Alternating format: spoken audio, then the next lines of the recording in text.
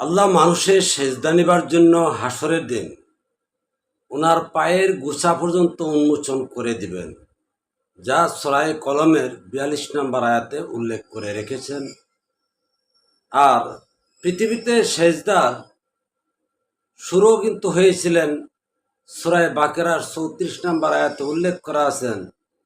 আদমের ভিতরে আল্লাহ গিয়ে সেজদার নির্দেশ দিয়েছিলেন, সেখান থেকে সেজদার সূচনা শুরু হয়েছে। তো সুতরাং এখন যদি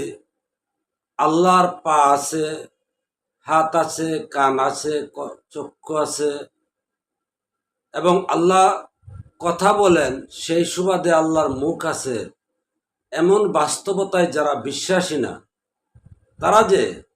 হাসরের দিন আল্লাহকে সামনে পেয়েও সেজদা দেবেন না, সেটাই কিন্তু এই আয়াতে